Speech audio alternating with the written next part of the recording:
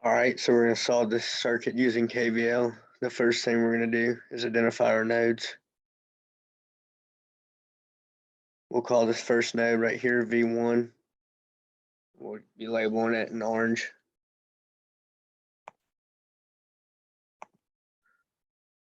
We'll call this second node right here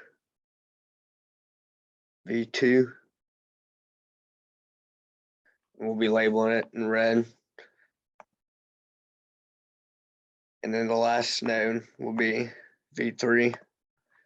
And we'll be using purple for it. Now notice on the bottom right here, we have the ground, so no need to label it. I'm gonna switch back to red and start writing the equation. No, sorry, I'm gonna switch back to orange, start writing the equation for V1. So first up, we have V1 minus 0 over 6 ohms. That's coming this direction. And we have plus V1 minus V2 over 5 ohms.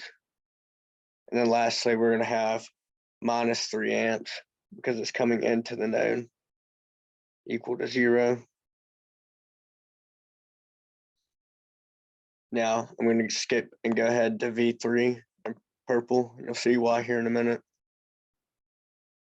So we have, scroll down a little bit. We have V3 over 4 plus V3 minus V2 over 10. And then lastly, plus 3 amps because it's leaving that node. Now V2's equation is actually really easy because the negative side of this voltage source is on ground. So we know that V2 is actually just equal to 10 volts. And now we have our 3 equations and 3 unknowns. And you can just plug those into any solver. I went ahead and plugged into Wolfram Alpha right here. So X is your V1. Let me switch back, black.